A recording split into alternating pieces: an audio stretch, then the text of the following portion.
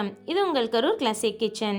இன்றைக்கி நம்ம பார்க்க போகிற ரெசிபி குக் வித் கோமாளி ஷோவில் விதுலேகா ராமன் செஞ்ச சேப்பக்கிழங்கு பாம்பே வடா பாவ். ரொம்ப ஈஸியான இந்த ரெசிபி எப்படி செய்யலான்னு பார்க்கலாம் வாங்க. இன்றைக்கி 100 கிராம் போல் சேப்பங்கிழங்கை க்ளீன் பண்ணிவிட்டு நல்லா 1 டம்ளர் அளவுக்கு தண்ணி விட்டு கொஞ்சமாக உப்பு சேர்த்தி ஒரு 1/4 டீஸ்பூன் போல் மஞ்சத்தூளும் சேர்த்தி குக்கர் மூடி வச்சு ஒரு 5-7 விசில் போல் விட்டு வேக வச்சு எடுத்து வச்சுக்கலாம். இது வேகிறதுக்குள்ளே சட்னிக்கு ரெடி பண்ணிடலாம். ரெட் சட்னிக்காக ஒரு 3 வரமிளகாயை தண்ணியில் ஊற போட்டுருங்க. இது ஒரு 15 நிமிஷம் போல் ஊறட்டும். நம்ம ஃபஸ்ட்டு க்ரீன் சட்னி ரெடி பண்ணிக்க போகிறோம். அதுக்கு ஒரு மிக்சர் ஜாரில் ஒரு அரை கைப்பிடி அளவுக்கு கொத்தமல்லியும் அதே அளவுக்கு புதினாவும் கூடவே இஞ்சி பூண்டு 2 பச்சை மிளகாய் 1/4 டீஸ்பூன் போல் மாங்காய் பொடி 1/4 டீஸ்பூன் சாட் மசாலா 1/4 டீஸ்பூன் சீரக பவுடர் தேவையான அளவுக்கு உப்பு சேர்த்து நல்லா ஃபைன் பேஸ்ட்டாக அரைச்சி எடுத்து வச்சுக்கலாம். இப்போ வரமிளகாய் ஊறிடுச்சு. வரமிளகாய் கூட ஒரு 10 பல் பூண்டும் கொஞ்சமாக உப்பு ஒரு 1/4 டீஸ்பூன் போல் சாட் மசாலா 1/4 டீஸ்பூன் சீரக பொடி சேர்த்தி ஒரே 1 இன்ச் அளவுக்கு புளி துண்டு சேர்த்தி இதையும் தண்ணி விட்டு நைஸாக அரைச்சிக்கலாம். பூண்டு பச்சை வாசம் போடுறதுக்காக நம்ம வதக்கணும். அதனால் ஒரு பேனில் 2 டீஸ்பூன் அளவுக்கு எண்ணெய் விட்டு நம்ம அரைச்ச பூண்டு சட்னியை உள்ளே விட்டு தேவையான அளவுக்கு தண்ணி விட்டு நல்லா கலந்து விட்டு பச்சை வாடை போகிற வரைக்கும் அதை வதக்கி எடுத்து வச்சுக்கலாம். இப்போ நம்மளோட கிழங்கு நல்லா மாவாட்ட வெந்து வந்துருச்சுங்க. இதை ஆற வச்சு தோல் உரிச்சிட்டு இந்த மாதிரி மசிச்சு எடுத்து வச்சுக்கோங்க. ஈஸியாக மசிஞ்சு வந்துடும். நல்லா வேக வச்சு மட்டும் வச்சுக்கோங்க, ஈஸியாக மசிஞ்சிரும். இப்போ இதை வதக்கி எடுத்துக்கலாம். ஒரு டேபிள் ஸ்பூன் எண்ணெய் விட்டு ஒரு அரை டீஸ்பூன் போல் சீரகம் தாளித்து விட்டு சீரகம் நல்லா பொரிஞ்சு வந்தோடனே 1 டீஸ்பூன் அளவுக்கு இஞ்சி பூண்டு தட்டி போட்டு கூடவே பொடியாக நறுக்கின 2 பச்சை மிளகாயும் சேர்த்து நல்லா பச்சை வாசம் போக வதக்கிக்கலாம். இதுக்கு மசாலா பவுடர்ஸ் எல்லாம் ஆட் பண்ணிக்கலாம். 1/4 டீஸ்பூன் மஞ்சள் தூள், அரை டீஸ்பூன் வரமிளகாய் தூள், 1/4 டீஸ்பூன் கரம் மசாலா, தேவைக்கேற்ப உப்பு.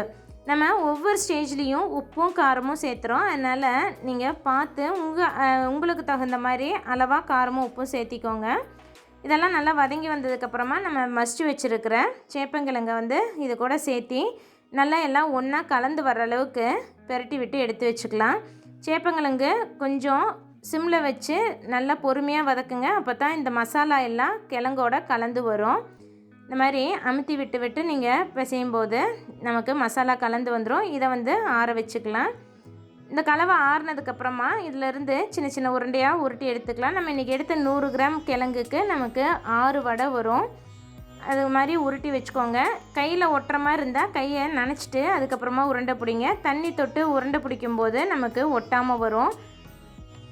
இந்த மாதிரி எல்லாமே பாலாக உருட்டி எடுத்து வச்சாச்சு. இப்போ இதுக்கு ஒரு பேட்டர் ரெடி பண்ணோம். அதுக்கு 1 டேபிள் ஸ்பூன் போல் கடல மாவு, 1 டீஸ்பூன் போல் அரிசி மாவு, தேவைக்கேற்ப உப்பு, காரத்துக்கு ஒரு 1/4 டீஸ்பூன் அளவுக்கு வரமிளகாய் தூள், வாசத்துக்காக ஒரு 1/4 டீஸ்பூன் கரம் மசாலா பவுடரும், கொஞ்சமாக மஞ்சள் தூளும், ஒரே 1 சிட்டிக்கை பேக்கிங் சோடா ஆட் பண்ணிக்கோங்க.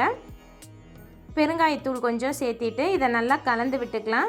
பேக்கிங் சோடா ரொம்ப ஆட் பண்ணிடாதீங்க. பேக்கிங் சோடா ஆட் பண்ணும்போது அந்த மேலே பேட்டர் பொறுன்னு வரும். அதுக்காகத்தான் தண்ணி விட்டு பஜ்ஜிக்கு மாவு கரைக்கிற மாதிரி நல்லா கரைச்சி எடுத்து வச்சுக்கோங்க. ரொம்பவும் நீர்க்க கரைச்சிடாமல் கரெக்டான பதத்தில் இந்த மாதிரி கொஞ்சம் திக்கான பேஸ்ட்டாக கரைச்சி எடுத்து வச்சுட்டு எண்ணெயை நல்லா சூடு பண்ணிவிட்டு நம்ம உருட்டி வச்சுருக்க வடையை தட்டி இந்த மாவில் முக்கி எண்ணெயில் போட்டு பொரிச்சு எடுத்துக்கலாம்.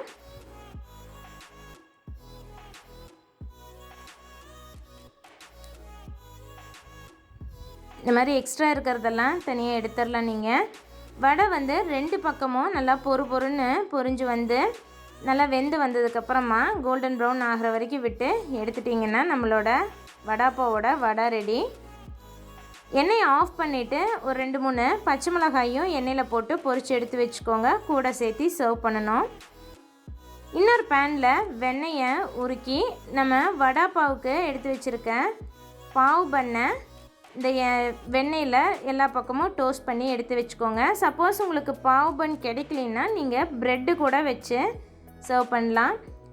பாவ் பண்ணை 2ஆக கட் பண்ணாமல் ஒரு ஸ்லிட் மட்டும் கொடுத்து ஒரு பக்கம் க்ரீன் சட்னியும் இன்னொரு பக்கம் ரெட் சட்னியும் தடவிக்கோங்க. சட்னி உங்கள் காரத்துக்கு ஏற்றாப்புல தடவிக்கலாம். ஏன்னா 2 சட்னியுமே கொஞ்சம் சுருக்குன்னு தான் இருக்கும். நடுவில் ஒரு வடை வச்சு மேலே ஒரு பச்சை மிளகாய் வச்சு க்ளோஸ் பண்ணி சூடாக சர்வ் பண்ணிங்கன்னா பாம்பே வடா பாவ் ரெடிங்க. யூஸ்வலாக பாம்பேயில் இது உருளைக்கிழங்கு வச்சு செய்வாங்க. உங்களுக்கு சேப்பக்கிழங்கு வேண்டான்னு நினச்சிங்கன்னா நீங்கள் உருளைக்கிழங்கு கூட வச்சு சர்வ் பண்ணலாம். எல்லாமே ரெடி பண்ணி வச்சுக்கிட்டு கடைசியாக இந்த மாதிரி வடையை போட்டு பன்னை டாஸ் பண்ணி இந்த மாதிரி சூடாக சர்வ் பண்ணும்போது கண்டிப்பாக எல்லோரும் விரும்பி சாப்பிடுவாங்க. எக்ஸ்ட்ரா கொஞ்சம் சட்னி வச்சும் சர்வ் பண்ணுங்கள். ஈஸியான இந்த ரெசிபியும் நீங்கள் உங்கள் வீட்டில் ட்ரை பண்ணி பார்த்துட்டு எப்படி வந்திருக்குங்கிறத மறக்காமல் எனக்கு கமெண்ட் பண்ணுங்கள். இந்த வீடியோ பிடிச்சிருந்ததுன்னா லைக் பண்ணிவிட்டு உங்கள் ஃப்ரெண்ட்ஸ் கூடயும் ஷேர் பண்ணிக்கோங்க. தேங்க்ஸ் ஃபார் வாட்சிங்.